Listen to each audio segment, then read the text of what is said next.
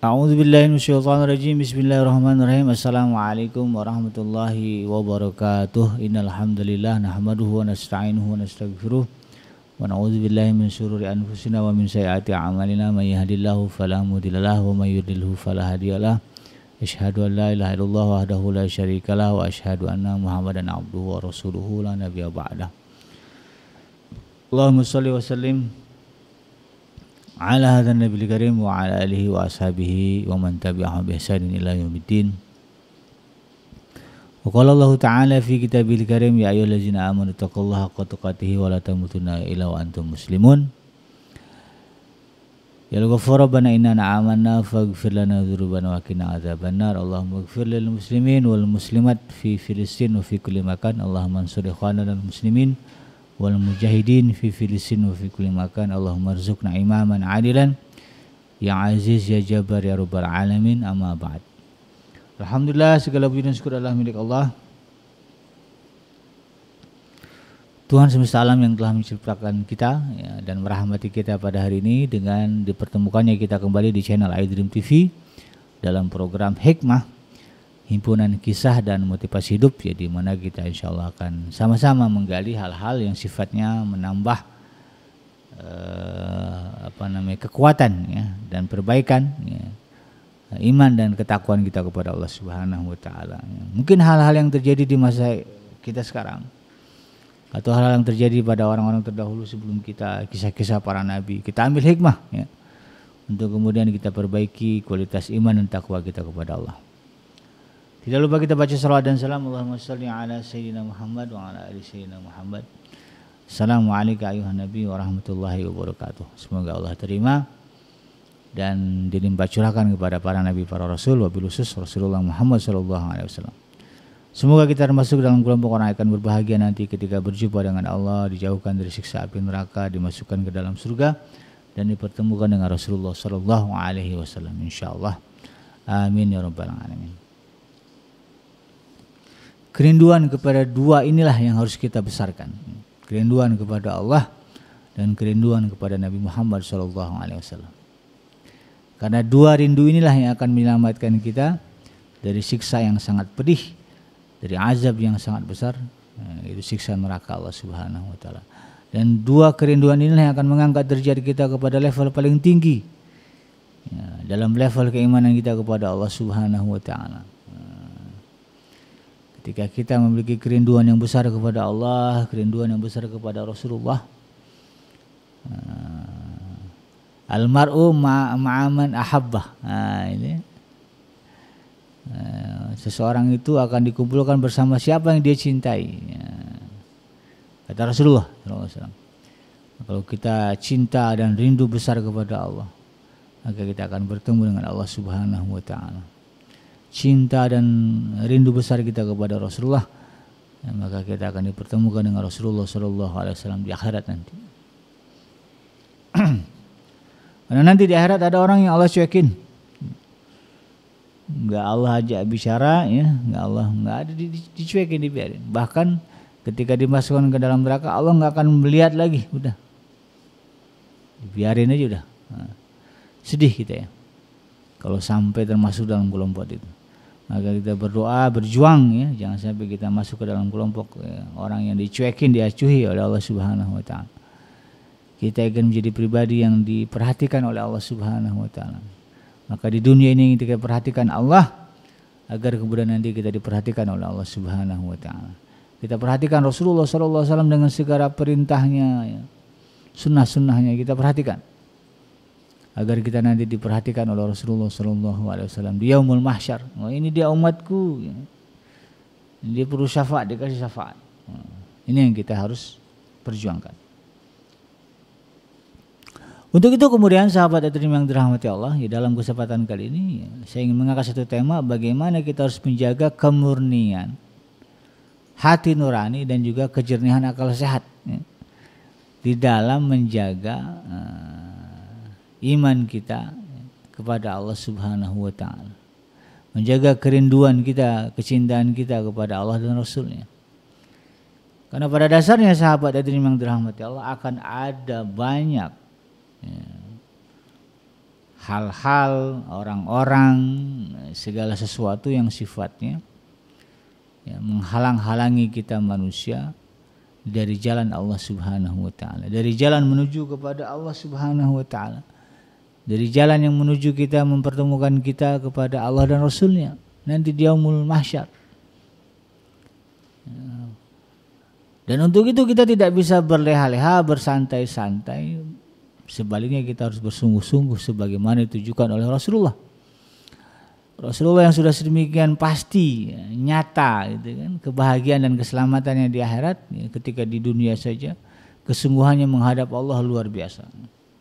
Kakinya bengkak karena lama berdiri dan lama sujud ketika di malam hari. Itulah Rasulullah SAW. Bagaimana dengan kita yang belum pasti gitu ya, selamat di akhirat? Adakah kita serius dalam beribadah menghadap Allah Subhanahu wa taala atau tidak? Makanya dalam satu ayat di dalam dua ayat dalam Al-Qur'an disebutkan dalam surah Al-Insan kalau nggak salah, bukan Al-Insan, surah apa ini saya lupa surahnya. Ya ayyuhal insanu innaka kadihun ila rabbika kadhan famulaqih. Wahai manusia, kalian sudah bersungguh-sungguh kepada Tuhanmu, menuju Tuhanmu, famulaqih, maka kalian akan menemukannya. Jadi kalau enggak bersungguh-sungguh, kita tidak akan tidak akan bertemu dengan Allah dan Rasulnya nanti. Emang kenapa harus ketemu Allah Rasulnya? Karena kebahagiaan tertinggi bagi orang yang mencintai adalah bertemu dengan yang dicintai. Itu aja lah. Kita dulu sebelum kenal kalau yang sudah nikah, coba diingat-ingat. Istri kita ini dulu kayak gimana, dulu kita kejar-kejar dia. Kebahagiaan seorang lelaki ketika mencintai seorang wanita adalah saat-saat dia bertemu. Dan segala sesuatunya diarahkan ke sana pertemuan-pertemuan dengan yang kita cintai. Itu adalah momen yang sangat indah. Saya kalau boleh ngulang, saya ulang dah momen itu momen bertemu dengan istri dulu karena saya begitu mencintainya begitu kan. Maka bagi seorang mukmin, seorang hamba Allah Subhanahu wa taala, kalau cintanya besar kepada Allah, maka momen saat yang paling bahagia bagi dirinya adalah bertemu, berjumpa langsung dengan Allah, berjumpa dan bertemu langsung dengan Rasulullah sallallahu alaihi wasallam. Saat yang tidak ingin kita lewatkan sedetik pun, saat yang kita ingin berlama-lama. Ini yang sedang lagi mabuk cinta, coba ingat-ingat aja gitu ya. Begitu enggak? Nah, ini yang kita perjuangkan. Karena memang yang akan menghalang-halangi kita untuk ke sana itu luar biasa banyak, besar. Sebagaimana disebutkan di dalam surah As-Saff, surah yang ke-61. Di ayat yang ke-8 Allah Subhanahu wa taala berfirman, a'udzubillahi minasyaitonir rajim, yuriduna liyutfi'u nurallahi biafwahihim wallahu mutimmu nurihi walau karihal kafirun. Mereka di sini kalau merujuk kepada ayat sebelumnya, di ayat yang ke-7 adalah orang-orang yang Allah sebut sebagai orang yang zalim, orang jahat di ayat yang ke-7 disebutkan wa man azlamu mimman iftara 'ala Allahi kadziba wa huwa yud'a ilal Islam. Siapa sih orang yang lebih zalim, lebih jahat daripada orang yang mengada-ngada kebohongan terhadap Allah padahal dia sudah diseru kepada Islam. Wallahu la yahdil qaumal zalimin, dan Allah tidak akan memberikan petunjuk kepada orang-orang yang zalim. Jadi orang-orang yang kafir kepada Allah. Nah, mereka ini nih kata Allah Subhanahu wa taala, yuriduna liyutfi'u nurullah, nurullah. Mereka betul-betul menginginkan agar cahaya agama Allah ini padam. Ya padam dari dunia atau paling enggak padam dari dada orang-orang. Target dia dunia, ya dunia ini udah nggak ada Islam lah gitu ya. Nggak ada lah syiar Allah, nggak ada agama ya. Bahasa Inggrisnya apa? God is dead. Nah, begitu ya. God is dead. Maunya mereka kan begitu. Tapi kalaupun nggak ke sana ya minimal ya Tuhan itu hilang ya dari dada-dada orang-orang. Yuriduna liyutfi'u nurallah. Mereka betul-betul menginginkan cahaya Allah itu padam bi afwahihim, dengan mulut mereka. Ya, mulut ini kan bisa berkata-kata, bikin teori, bikin perumpamaan, bikin debat, bikin dialog yang ujung-ujungnya ya, menjauhkan umat Islam ya, dari keyakinan yang kokoh terhadap Allah Subhanahu wa taala, supaya memudar akidah umat Islam kepada agamanya, akidahnya semakin pudar. Berapa banyak itu kan yang model-model begitu ya. Ya, orang-orang zalim ini memang di hatinya selalu ingin ya, tidak ada lagi orang yang menyembah Allah, tidak ada lagi orang yang mengikuti sunnah Rasulullah Sallallahu Alaihi Wasallam. Lalu kemudian Allah tegaskan, wallahu mutimmu nurihi walau karihal kafirun. Dan Allah ya, tetap menyempurnakan cahayanya walaupun orang-orang kafir itu tidak menyukainya, walaupun orang-orang kafir itu benci. Ya, cahaya Allah itu akan tetap menyala ya. Paling dia bergeser aja lah ya. Ya, dulu di Cordova di Spanyol ya, cahaya Islam marak ya, bergeser tuh sekarang ke Asia gitu ya. Ya, di sana ya redup lagi. Dulu mungkin ya berada di dada seseorang, lalu kemudian dia murtad, dia pindahlah ke dada orang lain. Berapa banyak ya orang-orang Islam yang murtad tapi kemudian diganti dengan oleh orang-orang non muslim yang sekarang betul-betul berjuang untuk Islam ya. Di Belanda kan dulu ada tuh ya, yang senator apa siapa ya, yang begitu anti dengan Islam, lalu kemudian ya sampai bikin isu lah gitu ya. Lalu pada akhirnya kemudian ternyata setelah belajar Islam malah cinta dengan Islam ya, sekarang berjuang ya, berdakwah untuk Islam. Ada begitu. Kalau kita ada ya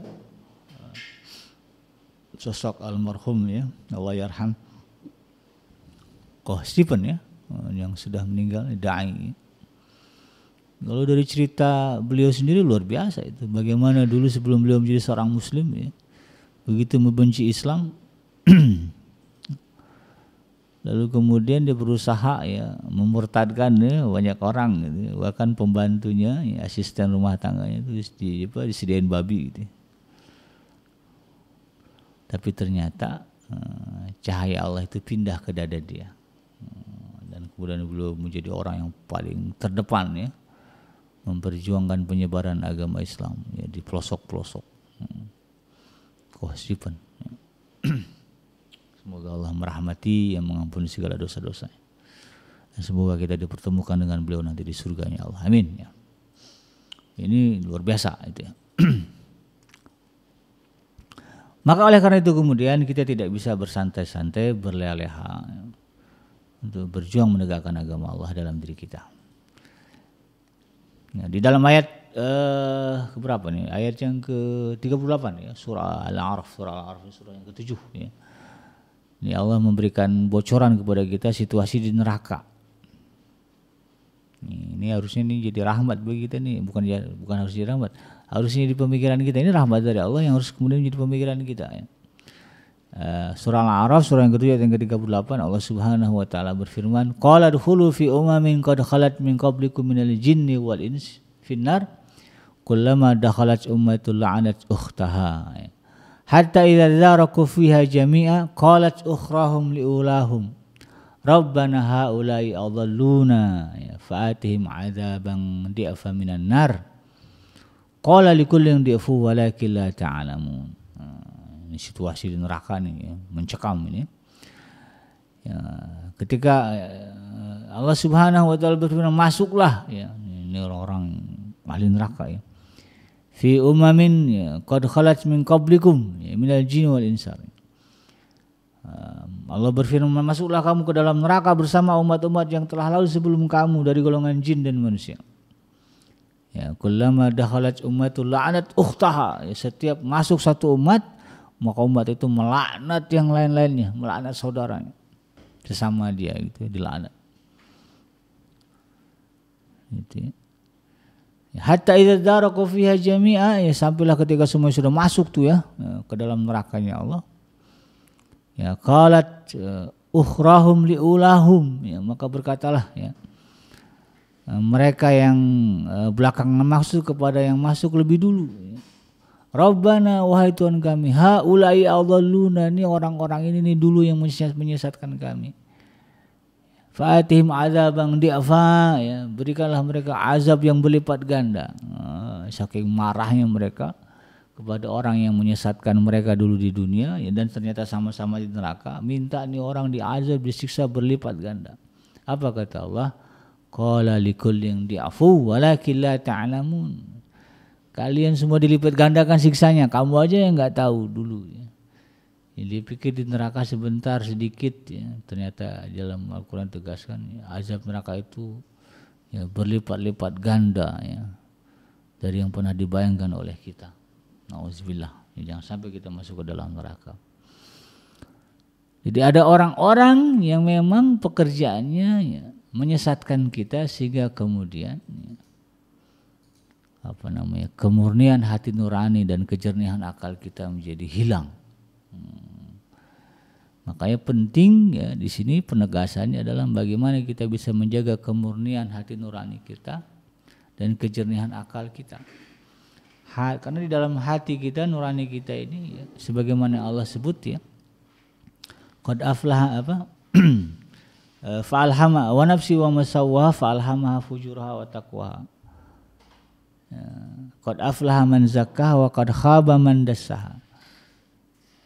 Allah turunkan kepada kita ya, jiwa ya, di dalam jiwa itu nanti Allah berikan, Allah ilhamkan kepada jiwa itu akal jalan ketakwaan dan jalan kefasikan. Qad aflaha man zakkaha, beruntunglah yang bisa menjaga kemurnian jiwa. Jiwa ini kan murni ya, beriman kepada Allah ya. Dulu di dalam perut ibu kita, di dalam rahim ibu kita pernah bersumpah ya. Allah bertanya, alastu birabbikum qalu bala syahidna. Ya, kami bersaksi engkau adalah Tuhan kami. Nah, itu fitrah jiwa murni itu. Ya, setiap kita itu dulu di dalam perut ibu kita itu beriman kepada Allah Subhanahu wa taala. Nah, ini harus kita jaga kemurnian ini ya. Nah, kemurnian pada diri kita ya, penjagaan kepada juga pada anak keturunan kita. Dan juga akal ya, pemikiran. Sekarang ini ada istilah ghazwul fikri, ya, peperangan pemikiran. Karena memang kalau orang pikirannya udah belok, udah bengkok, nah udah ya perbuatan juga bahkan bengkok. Ada adalah dialog-dialog ya, debat-debat yang kemudian pada akhirnya memutarbalikkan fakta, menyesatkan kaum muslimin ya. Sehingga kemudian ya ada yang terjerumus ke dalam ajaran sesat dan sebagainya. Sekarang kalau kita lihat di Majelis Ulama Indonesia ya, daftar ajaran-ajaran sesat banyak itu. Kalau dulu Ustaz Abdul Somad cerita ya, waktu dia di MUI bingung ya, karena ada aja laporan tentang ajaran sesat. Nah, ya. Makanya ya, ini yang kemudian kita harus pahami ya sahabat iDream. Kalau kita ingin selamat ya, dan bisa menjaga kemurnian nurani dan kejernihan akal sehat ini ya, sholat wajib jangan pernah tinggal, jangan pernah ditinggalkan sholat wajib. Kenapa? Karena di dalam setiap sholat kita minta kepada Allah Subhanahu wa taala ya, di dalam surah Al-Fatihah. Nah, surah Al-Fatihah ini wajib dibaca kan? La sholata liman la yaqra bi Fatihatil kitab, kata Nabi begitu ya. Tidak dianggap sholat orang yang enggak baca Fatihah. Ya, Fatihah ini rukun penting, wajib ya, dibaca. Kenapa wajib dibaca? Salah satunya adalah di dalamnya ada ayat ya, yang menyebutkan ihdinas siratal mustaqim ya. Tunjukkanlah kami ya Allah ke jalan yang lurus. 5 kali 17 kali kita baca dalam sehari semalam. Masa iya sih Allah kemudian membiarkan kita tersesat? Masa iya kemudian kemurnian jiwa kita tidak bisa kita jaga? Masa iya kejernihan akal sehat kita tidak bisa jaga? Kalau dalam sehari semalam kita selalu memohon kepada Allah Subhanahu wa taala, ihdinas siratal mustaqim, tunjukkanlah kami ke jalan yang lurus. Nah, ini pentingnya ya, kita konsisten istiqamah ya di dalam menjalankan kewajiban kita salat 5 waktu.